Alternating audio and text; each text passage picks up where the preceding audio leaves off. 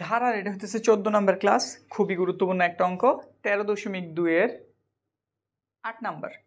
আমাদের 13.1-এর 19 নাম্বার যেরকম ছিল এটা ওটার সাথে অনেকটাই ম্যাচ খাইব। তো একটু প্রশ্নটা পড়ি। কি দেওয়া আছে? একটা গুণোত্তর ধারার পঞ্চম পদের মান দেওয়া আছে আর দশম পদের মান দেওয়া আছে, দুইটা পদের মান দেওয়া আছে। আমাদের কাছে তৃতীয় পদটা জানতে চেয়েছে। এই টাইপের অঙ্কগুলি থাকলে তোমার দরকার হইতেছে এর মান আর আর এর মান। কারণ আমি এ আর আর এর মান যদি জানি তাহলে আমি যে কোনো কিছু বের করতে পারি। তাহলে আমাদের প্রথম উদ্দেশ্য এখান থেকে এর মান আর এর মান বের করা। যেহেতু দেওয়া নাই, প্রথমেই ধরি প্রথম পদ সমান এ, তারপরে সাধারণ অনুপাত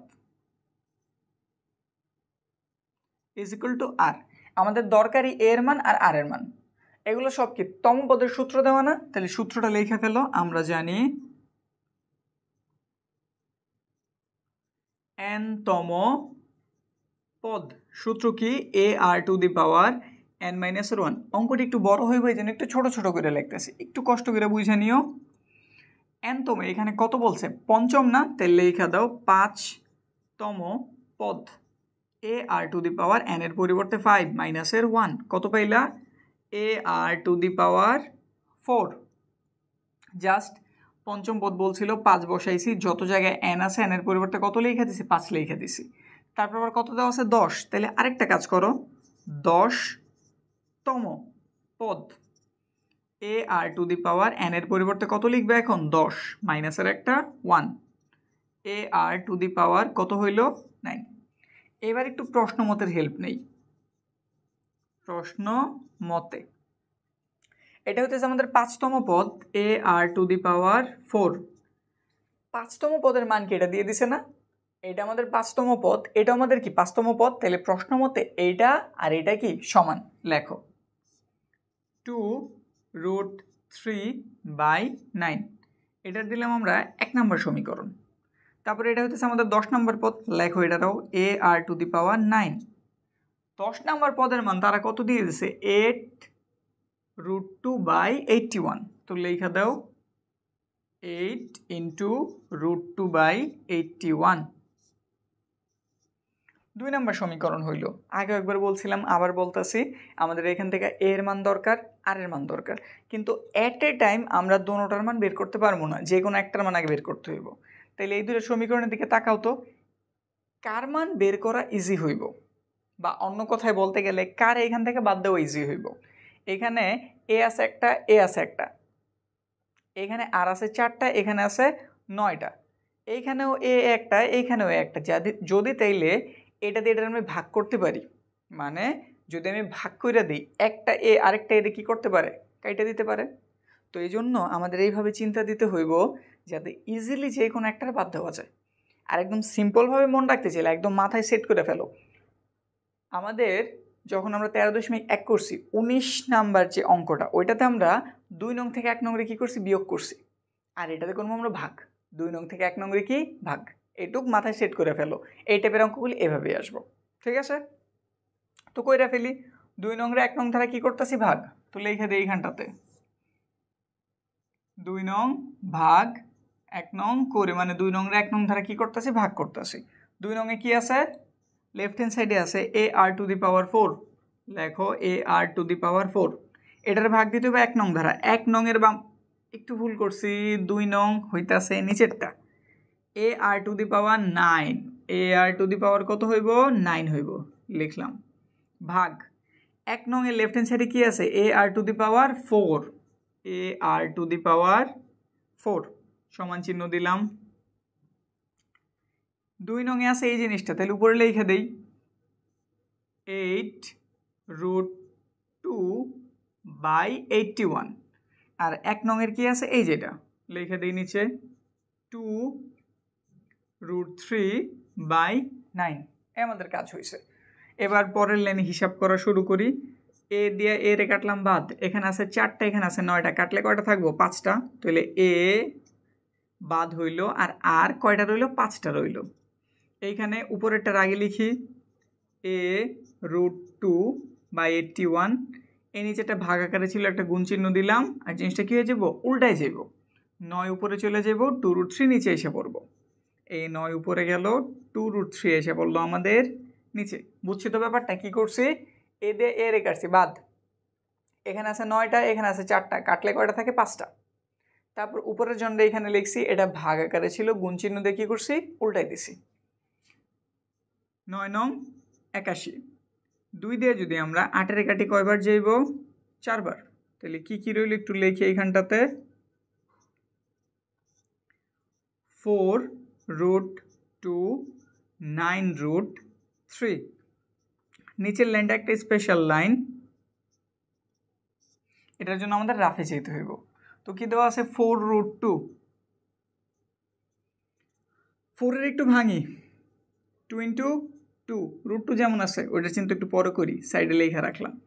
আমরা কি এটা জানি √2 গুণ করলে একটা কী পাওয়া যায়? নর্মাল 2। মানে √2 গুণ করলে কী হয়ে যায়? √2² হয়ে যায়। আমরা জানি √2 কাটা যায়, 2 হয়। তো এর মানে আমি বলতে পারি একটা নর্মাল 2 মানে কয়টা √2 এর গুণফল? 2টা √2 এর গুণফল। তাহলে এখানে একটা নর্মাল 2 আছে, এটার পরিবর্তে তুমি কয়টা √2 লিখতে পারো? একটা, দুইটা। এই যে এটার পরিবর্তে এই দুজনটা লিখছো। আবার এটার পরিবর্তেও কয়টা লেখা যায়? 2টারে।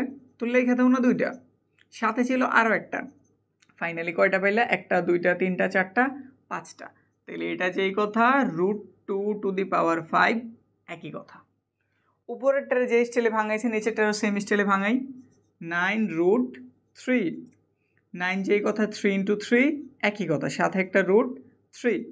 একটা 3 মানে কয়টা √3? 2টা √3 এর গুণফল। একটা 3 মানে 2টা √3 এর গুণফল। সাথে ছিল আরেকজন, দিয়ে দিলাম। কয়টা হইল? সরি, 1টা, 2টা, 3টা, 4টা, 5টা। তাহলে এটা কত লিখতে পারি? √3⁵। তাইলে আমাদের √2 সেও আছে কয়টা? 5টা। √3 সেও আছে কয়টা? 5টা। তেমন আলাদা আলাদা না লেখা যদি আমি একবারে ব্রেকেট দিয়ে লিখে দিই, জিনিসটা দেখতেও ভালো হইলো নাকি? এটা আমরা 5টা পাইছি, নিচেরটা আমরা কয়টা পাইছি? 5টাই পাইছি। তো ব্রেকেট দিয়ে একত্রে লিখে দিলাম। আমার আর-এর উপরেও পাওয়ার 5, এটার উপরেও পাওয়ার কত? 5। তাহলে বাদ দিয়ে দেই পাওয়ার। আর = √2√3। একটা সাইড নোট দিয়ে দিই, এটার বলি ঘাত। পাওয়ার আমরা বাংলায় কি বলি? ঘাত বলি নাকি?